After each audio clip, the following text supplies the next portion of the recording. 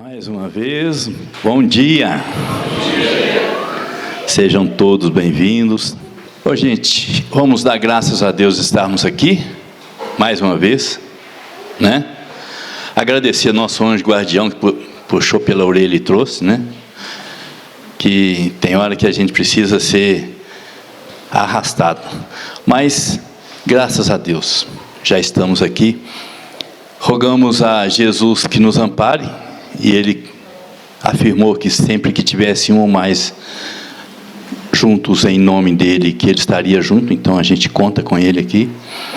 Com a espiritualidade da casa, a graça do irmão Miramês e de toda a equipe espiritual que nos dá apoio, e os nossos anjos guardiões, que estão ao nosso lado em tempo integral, nos dirigindo, nos aconselhando, né?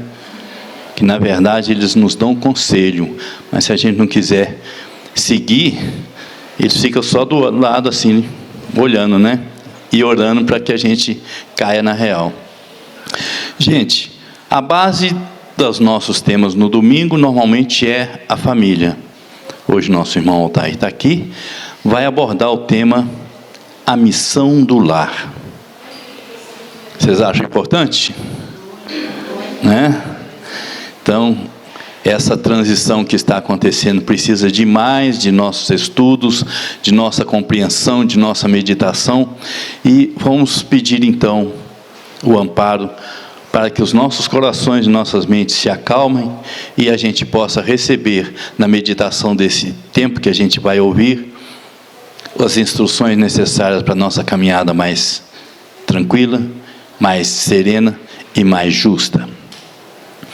Pai nosso que estais nos céus, santificado seja teu santo e amado nome. Venha a nós ao teu reino, seja feita a tua vontade, aqui na terra como nos céus. O pão do corpo e do Espírito nos dai hoje, e perdoa nossas dívidas na medida que perdoarmos aqueles que nos ofendem. Não nos deixeis cair em tentações, mas livra-nos, Senhor, de todos os males, pois teu é o reino, o poder e a glória para todos sempre, que assim seja. Obrigadão. Bom dia a todos. Nós vamos rogar a Jesus, a espiritualidade amiga, para que juntos possamos construir o estudo dessa manhã, nesse tema que é primordial, não só para a sociedade, mas para a nossa encarnação, né? A gente vai estar trabalhando um livro, um desafio chamado Família, de Geomar Zanellini Margarete, e a lição é a número 2, a missão do lar. Antes de nós abordarmos no plano físico, nós vamos tentar fazer uma abordagem de como começa um lar no plano espiritual, para a gente entender o contexto e o tamanho da importância que é pertencer a um lar, seja ele de que tamanho for, ou com as dificuldades que tiverem. O lar, ele começa a ser programado no plano espiritual. Nós, espíritos comprometidos com a seara divina, nós vamos tendo novas oportunidades, e o meio dessas oportunidades, com aqueles espíritos que a gente tem mais necessidade de trabalho, para um desenvolvimento maior do amor, começa a programação no plano espiritual. Então, no plano espiritual é definido quem vai ser o pai, quem vai ser a mãe, quem vai ser os irmãos, a parentela que vem próxima, né? Porque a gente está todo mundo interligado. Então existe uma programação divina, e nessa programação divina a gente faz os acertos necessários. Aqueles irmãos que vão vir com mais dificuldades, os que vão vir com menos, os que vão vir para auxiliar, e cada um vem com uma cota de responsabilidade naquele meio. Os pais que vierem primeiro, é óbvio, encarnam, são criados, pertencem a um lar também, e aí se encontram e vão formar uma família. É o primeiro ato, ou o primeiro grande ato de doação. O que é formar uma família? O que é um casal? Eu vou abrir mão de muita coisa em prol da esposa que eu estou recebendo e a esposa da mesma forma. Eu começo a trabalhar o amor. E aí vem os filhos. Enquanto bebê, enquanto nenenzinho, totalmente dependente, é delicioso. Mas ali, como nós observamos na fala inicial, já existe um espírito que vivenciou outras oportunidades e que tem suas necessidades específicas. E nós comprometidos com eles. E o sucesso da missão dele, daquela criança, daqueles filhos que nós recebemos, vai estar ligado diretamente nas nossas atitudes, naquilo que a gente puder ofertar para ele. Nós vamos ver durante o estudo que hoje, em meio à nossa sociedade, no campo material, houve um avanço muito grande. Eu me lembro na minha infância que você tinha escola pública ou privada e era aquilo. Ou era um colégio particular, ou era escola pública. Hoje, pelos meios de informações que se tem, os pais podem proporcionar para o filho materialmente todo tipo de recurso no campo intelectual. Ficou muito mais fácil. Porém, eu vou trazer a primeira colocação do livro que nós trabalhamos. Na introdução, vale citar: o lar não é somente moradia de corpos, mas, acima de tudo, a residência de almas. André Luiz, do livro Missionário. Dentro desse contexto, Emmanuel traz para a gente: a melhor escola ainda é o lar, onde a criatura deve receber as bases do sentimento e do caráter. Então, a melhor escola que existe para o filho é o seu lar. É o melhor lugar que a espiritualidade de luz encontrou para reunir todos. E é todos os lares, viu, gente? Nós vemos muita, como nosso irmão disse no início da tarefa aqui, nossos irmãos reis, vivemos momentos difíceis de transição. E toda essa crise que a gente vivencia no nosso orbe é consequência de lares desequilibrados. A sociedade, o que acontece na sociedade, é o reflexo do desequilíbrio dos nossos lares. Nós distanciamos muito da base do Evangelho.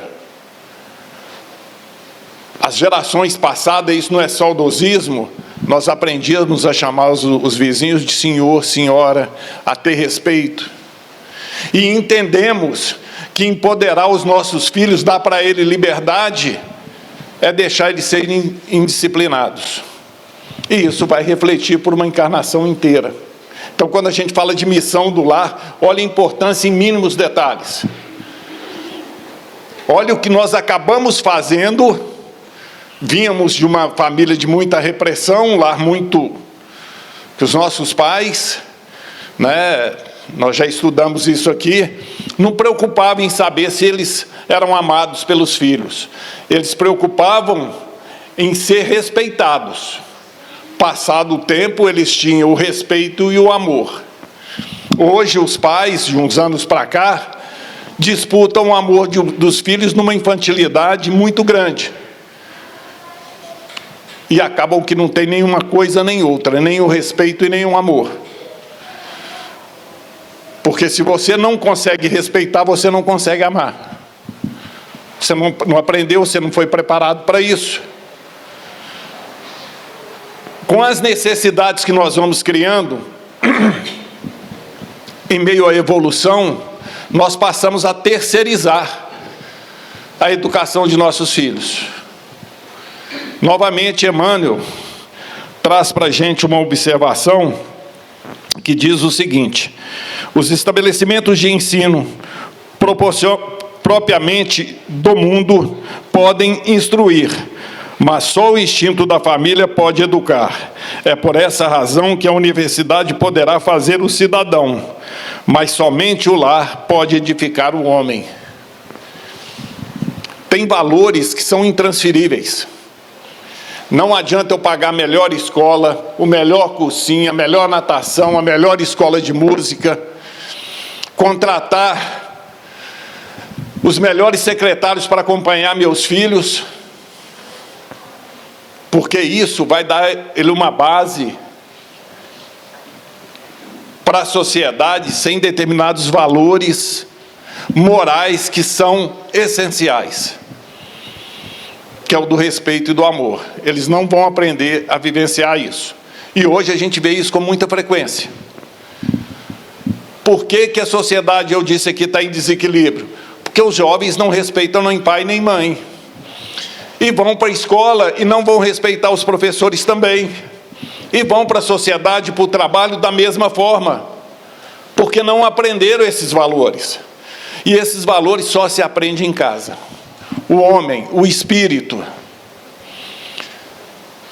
Isso é muito interessante porque nós já estudamos aqui também, não é o que a gente fala que vai educar os nossos filhos, é o que a gente faz.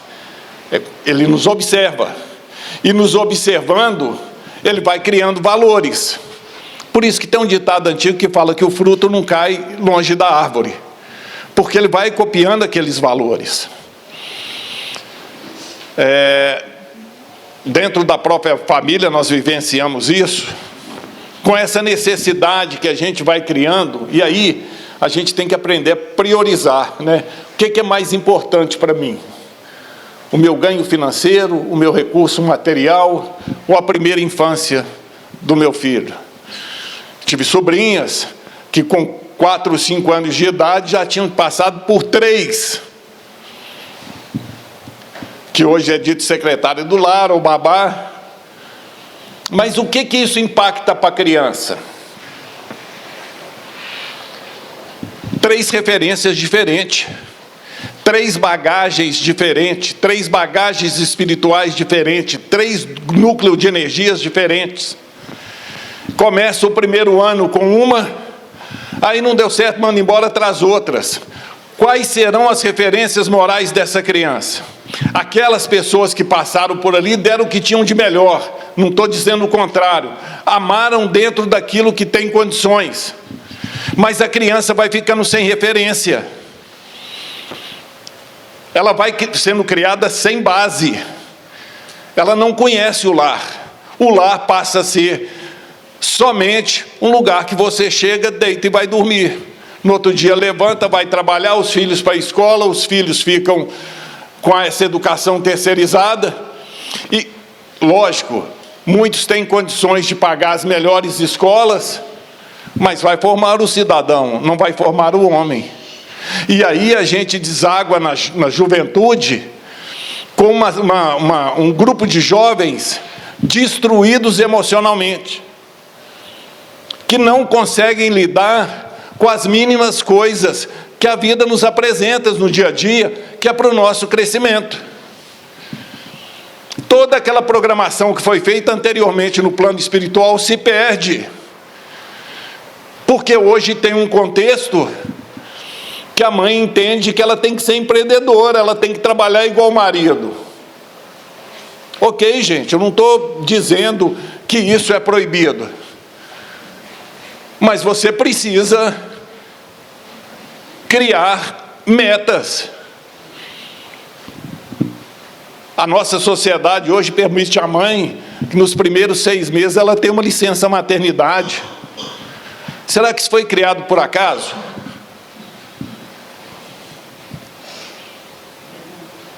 A gente precisa começar a parar e prestar atenção no que é divino. A sociedade evolui para determinados pontos que a gente não deve acompanhar sem a base moral. Do 1º aos 7 anos, para o espírito reencarnante, é decisivo. E por que que é decisivo? Por que que a espiritualidade nos mostra que é decisivo? Porque nesse período de 7, do 1º aos 7 anos, o espírito que reencarnou ainda não tem o instrumento totalmente pleno para que ele possa atuar. O físico ainda não dá condições ao espírito dele trazer toda a sua tendência. É a hora que ele está mais maleável para as mudanças. Nós dizemos aqui no início que eu venho numa família que é o meio comprometido. Eu e Marisa, por exemplo, vamos dizer que nós somos inimigos em encarnações passadas, temos grandes dificuldades, precisamos ressignificar o amor, precisamos nos aproximar. Já tentaram de tudo, já foi vizinho, já foi primo, não tem jeito, vai como irmão, ou vai como mãe e filho, ou como pai e filha. Olha como é que muda, vai ressignificar. Mas aí nesse momento da primeira infância, que é a hora que vai quebrar aqueles sentimentos, romper essa barreira, eu terceirizo.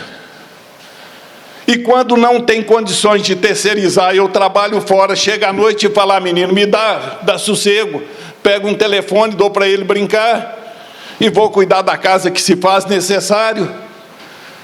Então eu passo das 24 horas, às vezes, com muita sorte, 1 hora com meu filho, porque 8 eu estou trabalhando fora, 4 eu estou ajeitando casa, e o restante eu estou dormindo. Não é assim nossa vida? Que hora que eu vou disponibilizar para mim assumir a minha responsabilidade junto à missão do meu lar? E a gente vai fazendo isso porque a sociedade vai nos mostrando que a vida é isso. Que a vida é eu ganhar dinheiro para chegar no final do ano eu dar uma bela viagem para o meu filho para a praia. Eu dar para ele um recurso para uma grande faculdade, para grandes estudos. Tudo isso faz parte, gente. Mas não pode ser o objetivo principal. Primeiro, eu tenho que ajudar ele a formar um caráter sólido, para que ele possa trabalhar, entender e crescer com as adversidades da vida. Porque senão vai dar errado. Olha os consultórios psiquiátricos aí, dos nossos irmãos psicólogos, como é que estão lotados de jovens perdidos, sem saber para onde ir, sem saber o que fazer. Tem tudo e não tem nada. O que eu digo tem tudo? Materialmente falando, qualquer jovem hoje, em qualquer lugar que vocês imaginarem da sociedade, está 100 vezes melhor do que os da década de 70, que não tinha nada. Década de 60, 70, quem é mais antigo aqui lembra, não tinha um sacolão, você não tinha atendimento médico, não tinha um plano de saúde, um posto de saúde, que hoje a pessoa vai lá, fica lá 8 horas e sai reclamando. Na década de 70 você não tinha. Se seu pai não tivesse uma carteira assinada, você nem atendido era. Então nós crescemos muito, por um lado, mas a parte moral não acompanhou. O entender que é ser mãe. Gente, vamos pensar em Maria, mãe de Jesus, para a gente entender esse contexto. Maria, depois que Jesus desencarnou, estava fazendo uns atendimentos e viu um jovem no fundo. E esse jovem fixou nela o olhar e não falava nada. E ela continuou atendendo, olhava, o jovem estava lá meio mal vestido da época. E aquele olhar trouxe para ela uma saudade imensa do filho que é Jesus. E ela continuou atendendo. Até que esse jovem vai se revelando, era Jesus. E ele disse para ela, meu pai determinou que no meu reino, que é esse orbe, vai haver uma rainha. E você foi eleita. Maria, mãe de Jesus, uma mãe. Eu estou trazendo isso aqui para as mulheres entender o que é a importância de ser mãe. De você encarnar mulher, porque durante a sociedade, durante os anos a gente fala assim, nossa, ser mãe é para descer no paraíso, ser mulher é difícil demais. Não, gente, vim numa encarnação no sexo feminino é uma bênção. Vocês trazem valores morais muito grande. É uma dádiva, é uma bênção, não é peso. E isso dentro de um lar tem uma importância grandiosa. Uma importância grandiosa. O homem, ele foi programado mais para o bruto. Tenta convencer um homem de alguma coisa na hora que ele está nervoso para você ver. Você não consegue. Ele não traz a sensibilidade de uma mãe. Por que o homem vai em confronto com o filho com facilidade? Porque ele não traz essa doçura maternal. É por isso que tem um equilíbrio dentro de um relacionamento. É por isso que um lar, quando se é feito à base do evangelho, à base do respeito, torna-se um lar equilibrado. Porque um escuta o outro. Um é mais força, o outro é mais moderado. A mulher sabe edificar, sabe o momento certo de falar, desde que ela não entre na competição do mundo, que ela tem que ser igual ao homem. Que isso foi um outro movimento da sociedade. Ela saiu para o mercado para ser igual ao homem, ótimo, trabalhar, crescer. Mas também absorveu uma parte do homem, do egoísmo, que não é muito feliz. E principalmente nessa questão materna. Deixou de lado. Eu não estou generalizando, viu, gente? Tem mãe que trabalha, eu tenho na minha família, que trabalha, que chega em casa, que senta com a criança, que faz o dever, que faz um trabalho lúdico, está perto da criança. Não é isso. Mas estar com seu filho na primeira infância é primordial. É primordial. A encarnação dele toda pode ser comprometida por uma ação, às vezes, infeliz. Eu tive, não vou dar nomes, mas André estava presente, numa cidade vizinha com os amigos, e uma mãe com uma criança recém-nascida, tinha um ano e pouquinho, falando com uma sobrinha nossa, que ela ia para os Estados Unidos, que ia deixar a criança com os pais, mas que no 8º dia ela ia chorar muito de saudade. Por que eu estou trazendo isso aqui? Não pegue como crítica para essa mãe, não é isso. É para a gente raciocinar. Olha onde que está indo a cabeça. Eu vou deixar meu filho, que eu criei, esse espírito veio no meu ventre por 9 meses, está ligado a mim todo dia, porque ela estava convivendo 24 horas com a criança. Aí eu me entendo no direito de fazer uma viagem e deixar ele para trás. O que será que pode provocar na cabeça de uma criança dessa, de um espírito desse? Imaginem a agressão. Isso a gente faz sem perceber. Quando os nossos filhos chegam chorando, a gente acha que é birra, a gente não escuta, a gente não observa. Às vezes os filhos nos dão sinais grandiosos nesses momentos. Que é o momento que ele está brincando com um brinquedo aqui, o outro pega ali, ele larga aqui e vai lá brigar com a criança. Aí os pais normalmente dizem, né? Ah, não, ele é sistemático. Não, gente, não é sistemático, é egoísmo. Ele está dando um sinal que ele precisa ser trabalhado nesse sentido. E aí ele não tem essas observações, sai em meio à sociedade e vai para a escola. Tem chance dessa criança respeitar professores? Nenhuma. E nós, que avalizamos isso tudo, vamos cobrar deles depois, punindo. E às vezes de maneira errada. Porque nós estamos cobrando deles uma coisa que nós não demos para eles, limite. Vamos lembrar lá de Chico Xavier com Emmanuel. Aliás, Emmanuel com Chico, né? Disciplina, disciplina e disciplina. É a base. Se a gente não tiver disciplina, é muito complicado. Gente, alguma pergunta aí? Pois não.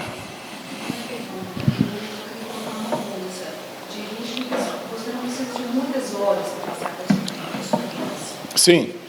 Mas o tempo que você passar seja uma hora de qualidade. Sim. Né? Hoje, principalmente, o arquivo leve, Sim. A espiritualidade mostra que em tudo que a gente faz não está na quantidade, está na qualidade, efetivamente. Isso é fato. O que ela trouxe é real. Não é a quantidade de horas que você está com seu filho, mas a qualidade. Isso aí é... O grande problema nosso hoje é que nesses momentos pequenos que a gente está, como a gente está vivendo uma época de muito entretenimento, a gente acaba se deixando levar e leva entretenimento para o filho e para a gente, que é mais cômodo. Pois não, senhor? Pode falar? Pode. Não só pode, como deve. Olha, ontem eu estava numa palestra, um estudo com o doutor Haroldo, ele citou. É o momento que nós estamos vivendo, que ele colocou como um momento de loucura. Sim. Embasado em Kardec, no livro A Gênese e Obras Póstumas. E ele citou o caso de um jovem pré-adolescente, deixando um recado na sala, que ele iria suicidar. Nós vimos o mesmo estudo no mesmo dia. Pois é. E você sabe a história. Sei, sim. O menino voltando. Trouxe a garganta porque a namorada brigou com ele. O problema não é esse ato, é o que está por trás. Exatamente, é isso aí. O que é que está faltando, o que faltou na formação Sim. desse jovem que vai até pelo menos 18 anos. Eu não tenho que largar, eu tenho que acompanhar o máximo possível, eu tenho que observar. Hoje nós temos uma competição enorme com o celular. Sim. Então, o pequeno começa e daqui um pouco está todo mundo reunido numa sala no celular. Esse ponto que você trouxe aí, eu vi esse mesmo estudo, essa criança, inclusive, esse jovem, só para elucidar, é colega do filho dele de escola. História que ele entrou na sala, botou uma cartinha em cima da mesa e pediu para ir no banheiro. Eles começaram a perceber que ele estava demorando, foram ver, mas deu tempo de socorrer, esse ainda deu tempo de socorrer. Isso que a Mara trouxe é o que a gente está colocando aqui. Que sinais esse espírito já deu dentro de casa e que ninguém percebeu? Pelo distanciamento. Quando eu falei aqui da birra de uma criança, gente, nunca entendam a birra de uma criança simplesmente pela birra. Não valorize a birra de uma criança, mas observa. Observa o que ela quer dizer com aquilo. Porque tem um peso. Às vezes uma coisa que é muito simples para você, para uma criança é determinante. Um ponto de equilíbrio naquele momento, você parar, escutar, trazê-la para a realidade, entender o processo, entender a dificuldade, porque a gente analisa muito agora. Eu hoje estou Altair, encarnado, com 58 anos de idade. Então, se a gente for pegar uma concepção de encarnação, eu já entrei para o terço final da minha encarnação. Eu tenho muito mais passado do que futuro, vamos entender assim. Eu estou isento de pôr minha encarnação a perder? Não. É só um momento de invigilância. Só que hoje eu já tenho maturidade para buscar recursos. Para buscar recursos. Aonde que é que a criança vai buscar os recursos dela quando ela está em crise? Com o pai e com a mãe. Se ela não encontrar ali... Só que para o pai e a mãe entender o que a criança precisa, ele precisa primeiro conhecer o filho.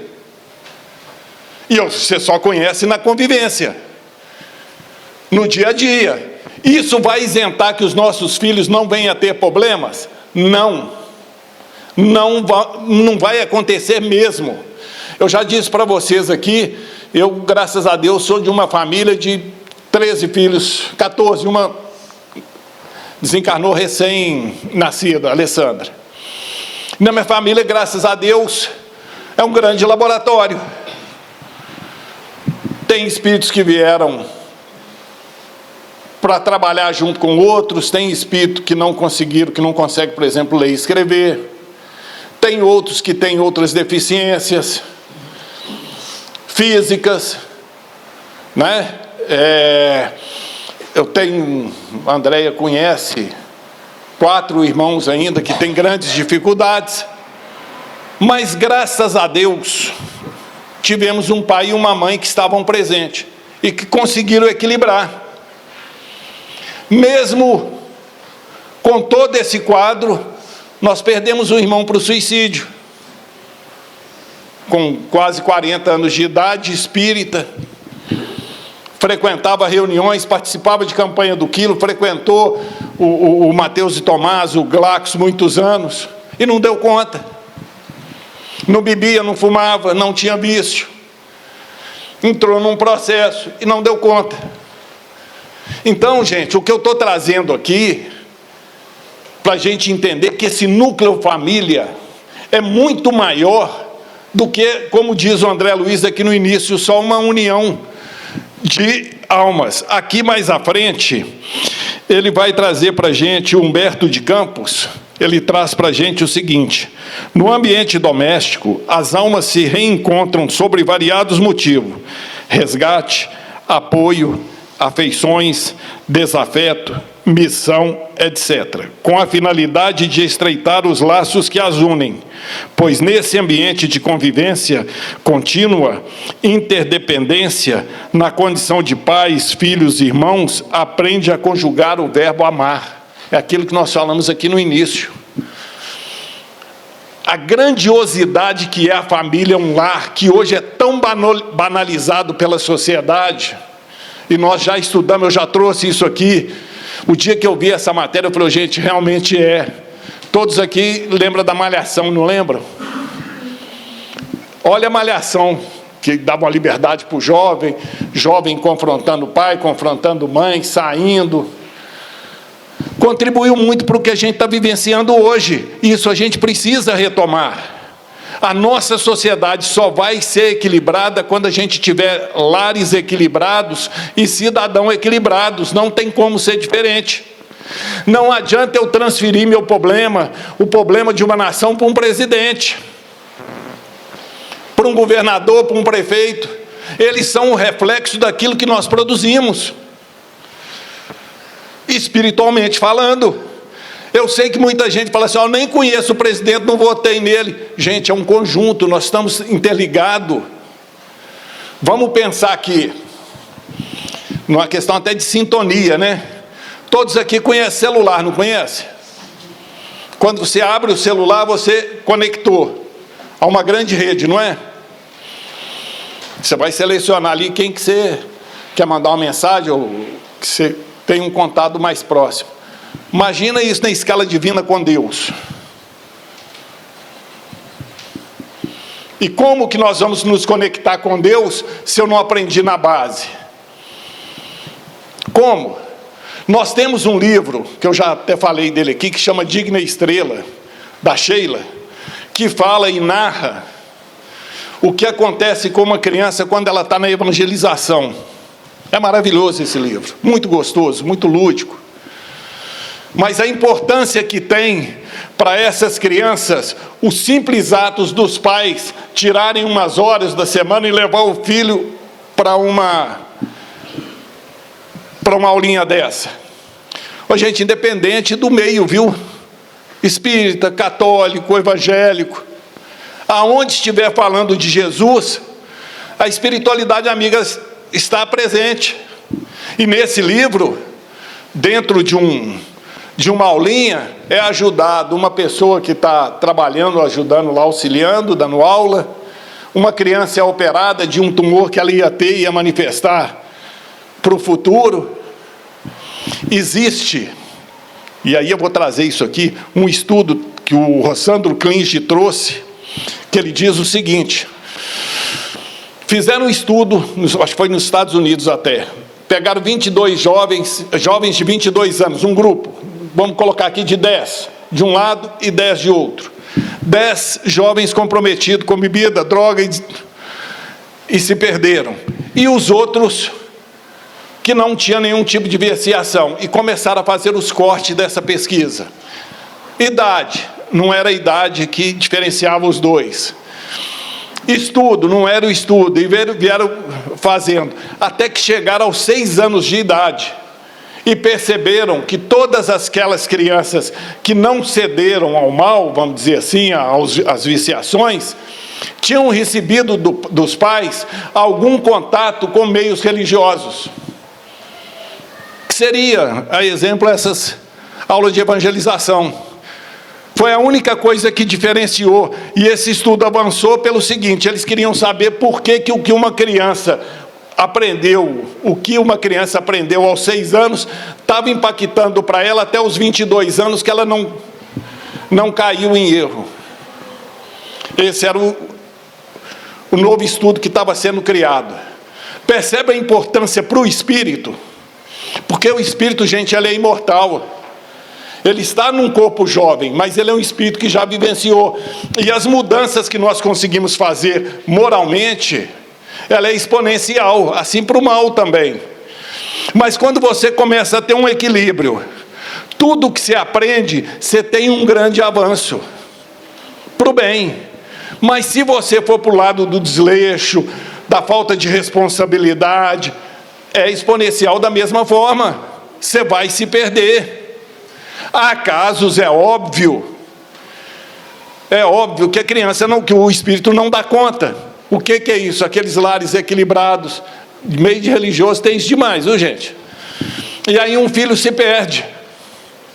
Mesmo no meio, nós temos isso dentro da doutrina. Pessoas que vão bem, de repente desequilibram. É só desconectar. É só desligar o WhatsApp divino. É só a gente achar que nós já damos conta de nós mesmos e tentar fazer as coisas sozinho, esquecendo do Evangelho. Nós ainda não temos condições de caminhar dessa forma. Não temos. Nós estamos na infância espiritual e precisamos ter consciência disso.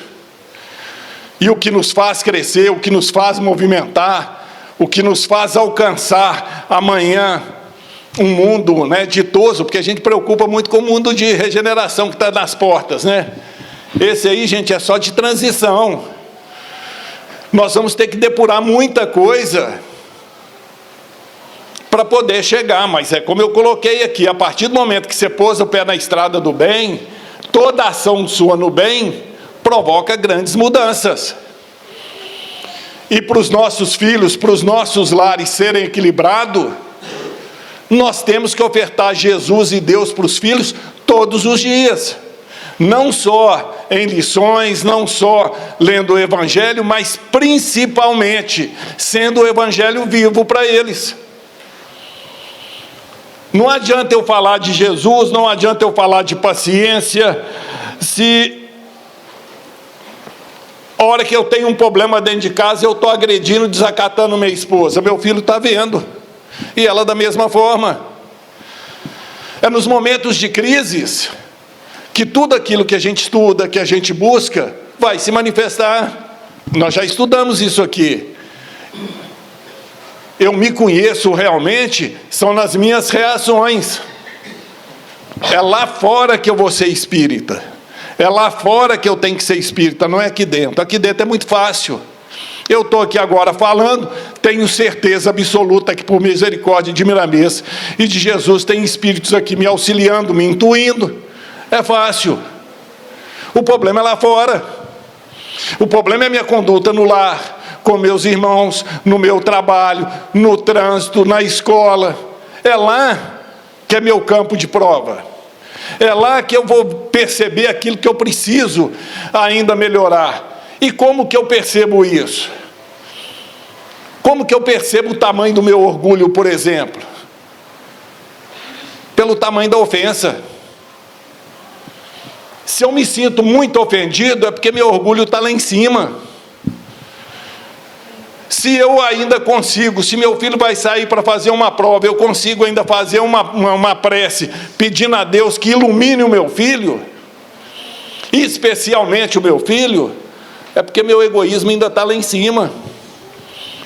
Porque do contrário eu ia pedir para abençoar todos os filhos, ele não é pai de todo mundo. Por que para o meu tem que ser diferente? Enquanto eu não começar a entender que na minha encarnação, que no meu lar vão chegar limitações que são necessárias. E aí nós vamos abrir aqui um espaçozinho. O que é essas limitações necessárias? Condições financeiras. Você já observou que tem família, que tem grupo de pessoas que trabalha, luta, trabalha e não sai daquele padrão? Busca recurso, estuda, mas está sempre mantendo aquele padrão?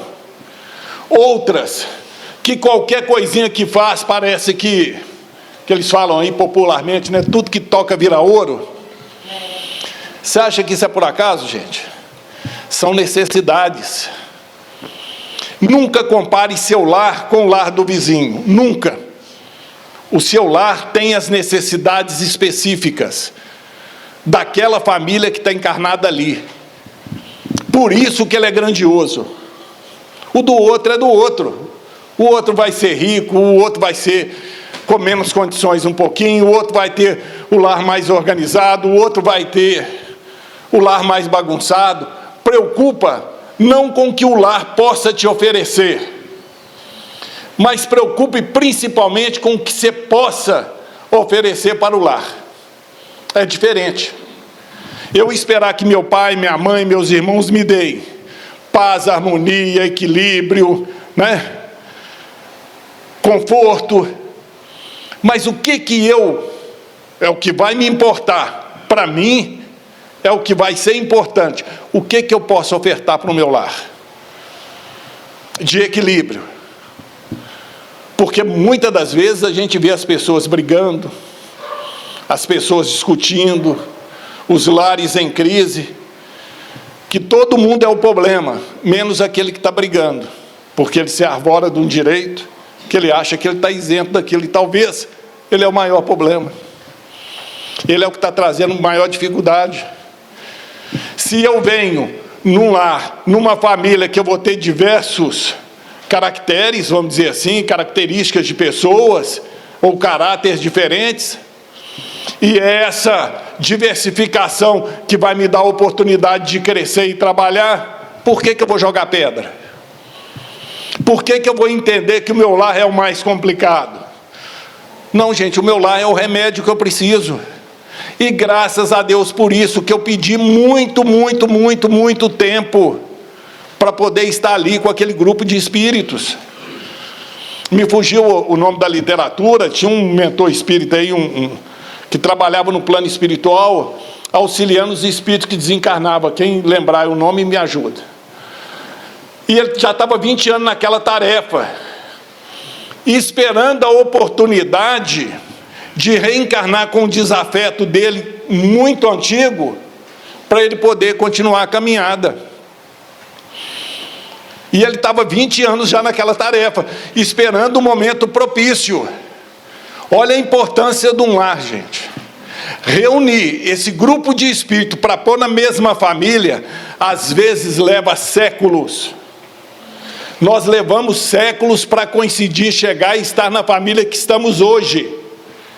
Porque hoje nós estamos resolvendo o problema que nós criamos, às vezes, 400, 500 anos atrás.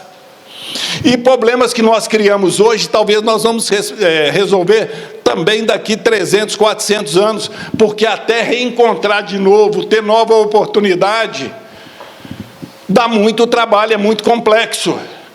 Então, se eu tenho a oportunidade de amar agora e de perdoar, eu tenho que fazer isso agora.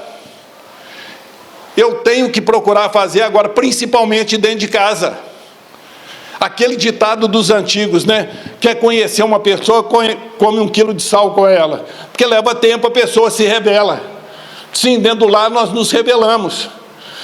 Mas é o momento da grande oportunidade. Gente, e temos que resolver. Porque se não resolvermos agora, vamos ter que resolver depois. E às vezes em condições piores. A gente entende que tem situações que são muito complexas. Que é aquele parente que a hora que você bate o olho nele, você até treme. você não consegue ficar perto, você tem dificuldade, começa pela prece. Todo dia faz uma prece para ele e conversa. Conversa como nós estamos conversando. E começa a criar esse hábito. Você começa a desconstruir aquela barreira, para num futuro você ter condições realmente de quitar aquilo. Vamos lembrar o filme aí do Divaldo, que ficou famoso, o obsessor dele, né? Que dentro do filme ele chega para Sheila e pergunta se eles não podiam fazer nada. Ela fala, não, essa tarefa aí é sua. Ele falou, mas dona, fugiu o nome dela, é tão evoluída, ela não podia doutrinar. Ela falou, não, essa tarefa é sua. Eles estavam 400 anos esperando uma oportunidade para resolver. Se nós já temos essa consciência, vamos tentar aproximar a gente. Quem tem filho com problema, seu filho dormiu, faz uma prece e conversa com ele, num tom assim, que o espírito dele está escutando. O espírito dele está escutando. Ele vai perceber. Vocês vão acertando aquilo que está desarmonizado. No plano físico, às vezes, a coisa vai ficar complicada. A coisa fica difícil. Mas quanto mais complicada, mais meritória. Imagina você sair de uma encarnação onde que você recebe, às vezes, um desafeto muito grande e sai em paz com a situação. A gente nunca sabe que tipo de espírito está encarnado conosco. Eu trouxe isso aqui num estudo e vale a pena colocar isso. Às vezes a gente tem um filho, irmão, esposa, que em determinado momento tem algum problema, alguma dificuldade, alguma limitação física, e a gente imagina sempre assim, né? Ah, é um espírito que está comprometido, que tem débito, que veio assim para poder ficar preso. Nem sempre, viu, gente? Tem uma história de Chico Xavier, que ele estava andando com os amigos, e ele viu um velho mendigo do outro lado da rua. Ele sai e atravessa, e dá um beijo na mão desse, ajoelha e dá um beijo na mão desse. E o pessoal que estava perto falou, gente, Chico está ficando doido. Caridade é bom, mas não precisa tanto.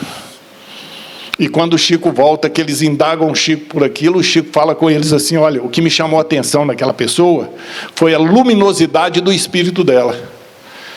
É um espírito altamente iluminado, que está tendo que pedir mais uma oportunidade para passar por esse processo, já praticamente para o mundo ditoso. Então, não julgue pelo aquilo que você vê. Quando você vê um andarilho, dá a ele o respeito que ele precisa como espírito imortal. Não julgue. Quando você tiver alguém limitado dentro de casa, como eu disse aqui, eu tenho um irmão, que é muito engraçado, ele fez agora recentemente 5 cirurgias na cabeça, uns 15 anos atrás. Sempre teve limitações. Tem que andar na rédea curta. Se você falar com ele, o Pedro não vai ali não, já até falei o nome, é perigoso, ele vai lá e vai ir, ele vai fazer. Moram junto hoje, ele e um irmão, eles não conversavam, estritamente, o contato deles era complicado. O Pedro passou, depois das cirurgias, a ter que tomar um remédio controlado a um determinado horário do dia. E quem ficou responsável para dar ao Pedro o remédio? Esse outro irmão. Posso falar o nome dele, Zé Leonardo.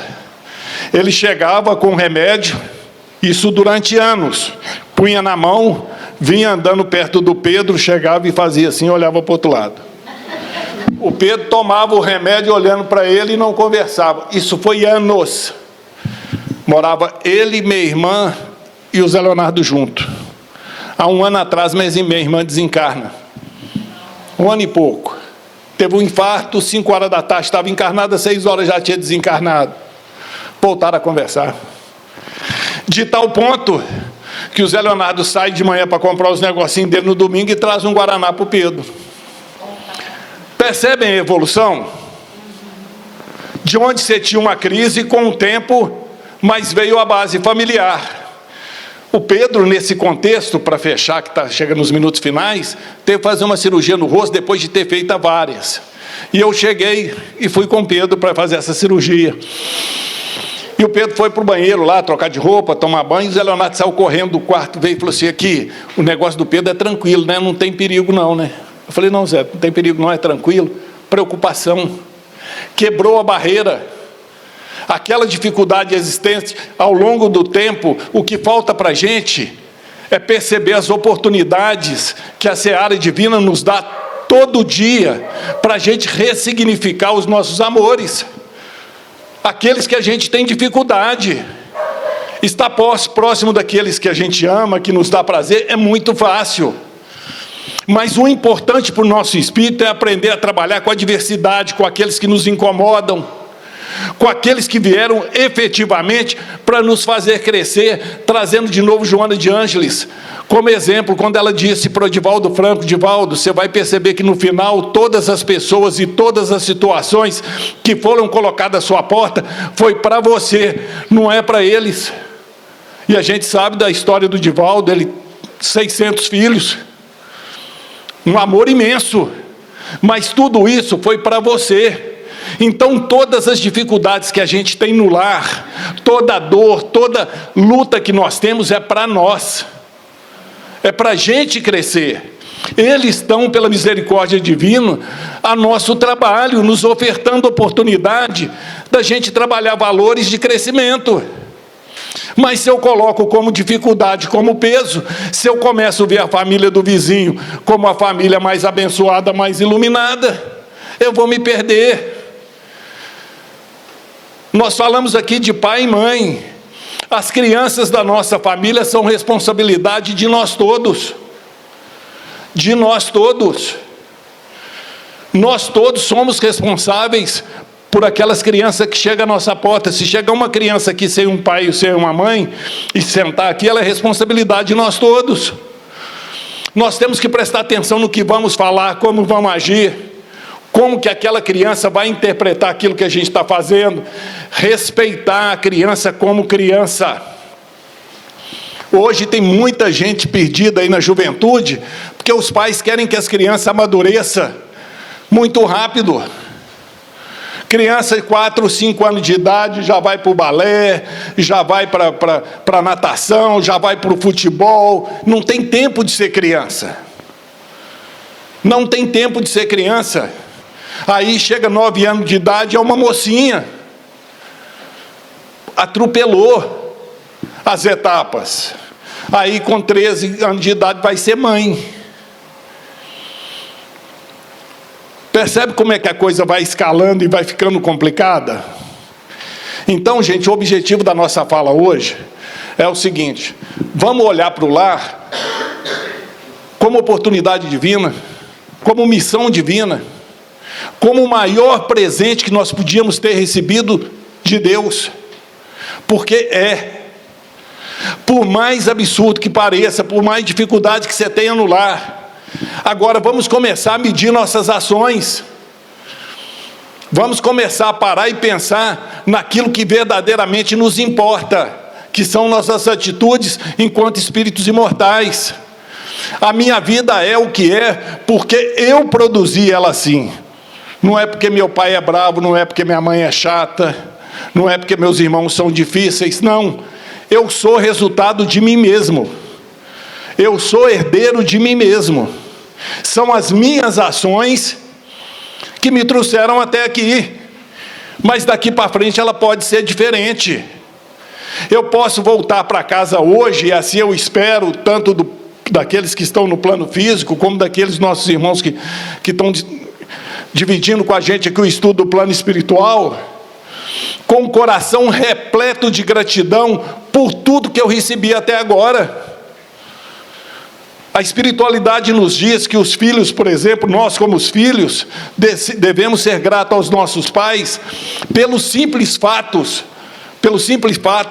deles terem nos oportunizado a encarnação. E nós como filhos, começar a observar que eu posso fazer de bom hoje para facilitar a vida do meu pai, da minha mãe e do meu irmão? O que eu posso fazer de bom? Bom, não encontrei nada, mas posso lavar uma caneca. Posso dar um bom dia com um sorriso. Posso dar um abraço espontâneo. Posso varrer um chão. Posso dignificá-los em todas as tarefas que eu fizer da porta para fora. Isso são coisas e valores que eu posso exercitar e posso colocar no meu dia a dia. Porque esse grupo familiar aqui, ele é transitório. Daqui a pouco estamos todos nós no plano espiritual, refazendo, reprogramando. Mas vamos pegar partindo do ponto que nós deixamos. Então, se eu deixei de perdoar, eu tenho um trabalho a fazer. E nunca esquecendo, gente, nunca, que toda vez que eu tenho que perdoar alguém, assim traz o Evangelho, eu já infringi a lei divina. Porque toda vez que eu tenho que perdoar, é porque eu agi com o meu orgulho, eu me pus acima da pessoa. Porque todo mundo dá aquilo que ela tem no momento para ofertar. O que a gente precisa ter é sensibilidade para perceber. Entender que nossos pais, os nossos filhos, os nossos irmãos e vizinhos são pessoas falíveis, como nós. Então, a mesma condescendência, a mesma misericórdia que eu espero da espiritualidade amiga quando eu erro, eu tenho que ter para com meus familiares. Dentro desse contexto, a gente resolve os problemas de crise familiar. Acabam os culpados. Acabam os culpados. E a gente passa a vivenciar num clima de amor, de equilíbrio, que é o que eu desejo para cada lar aqui nesse domingo. Que nesse ano de 2024 a gente possa exercitar isso. O amor diário dentro do lar.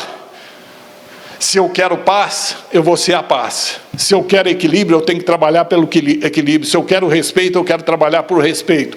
E sempre, gente, sempre, olhe para as crianças como espírito imortal. Disciplina. Pois não? Eu só queria acrescentar que eu comecei, voltei, né, a frequentar a casa diante do comunidade. Sim.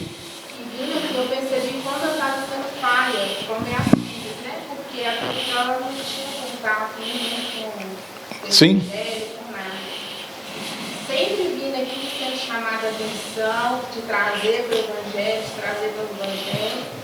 E aí a gente está frequentando a casa, elas estão fazendo o evangelho e a gente está fazendo também a comunidade. Isso é importantíssimo. Foi tão interessante que a gente estava lendo uma passagem e a minha filha mais velha perguntou como que a gente tem que fazer para os dentro da gente se iluminar mais. Sim, né? sim. Eu acho tão interessante isso. Seu nome? Eliane, mais 30 segundos. Pedir a mesa.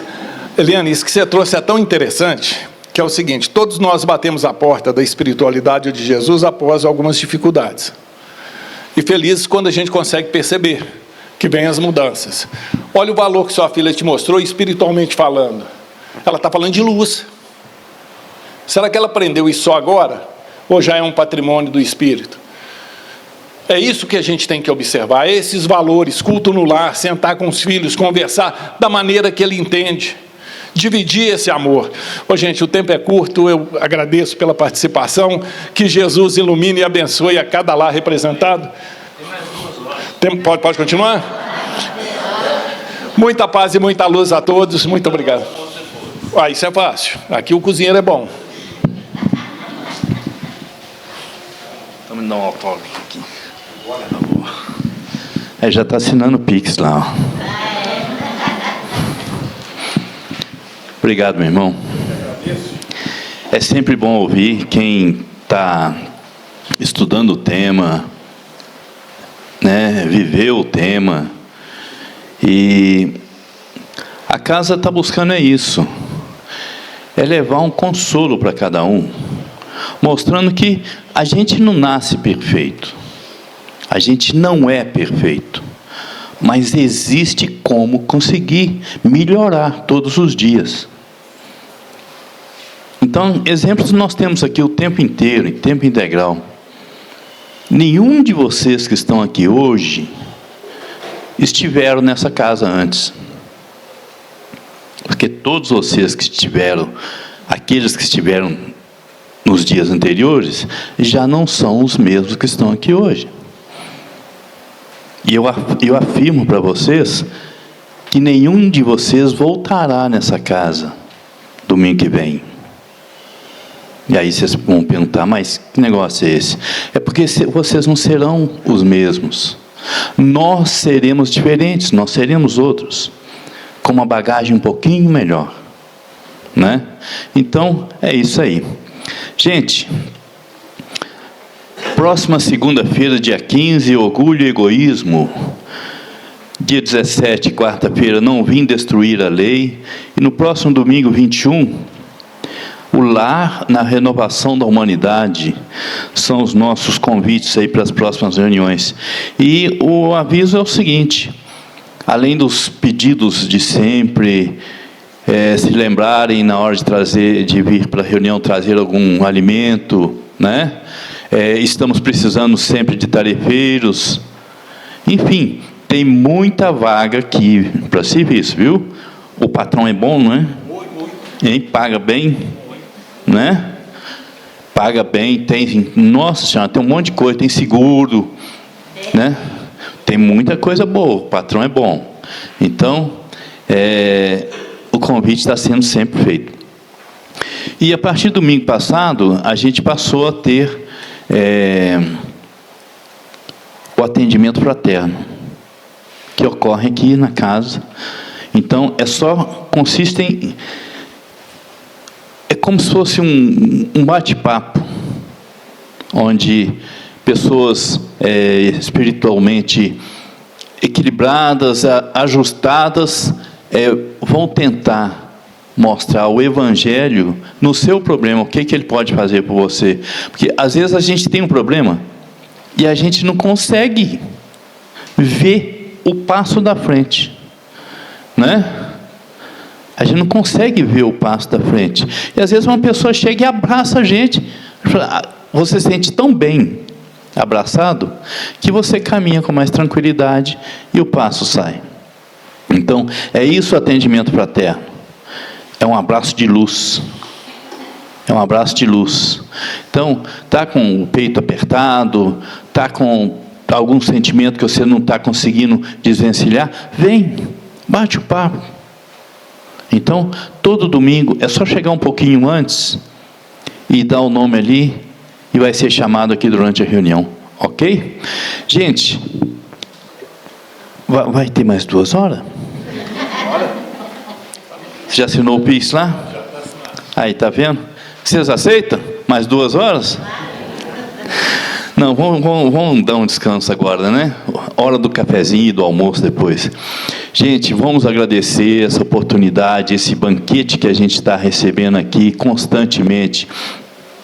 Rogar a Jesus que todas essas palavras repercutem no nosso coração e nossa mente, e a gente possa levar adiante, porque ganhar conhecimento e não passar para frente é como você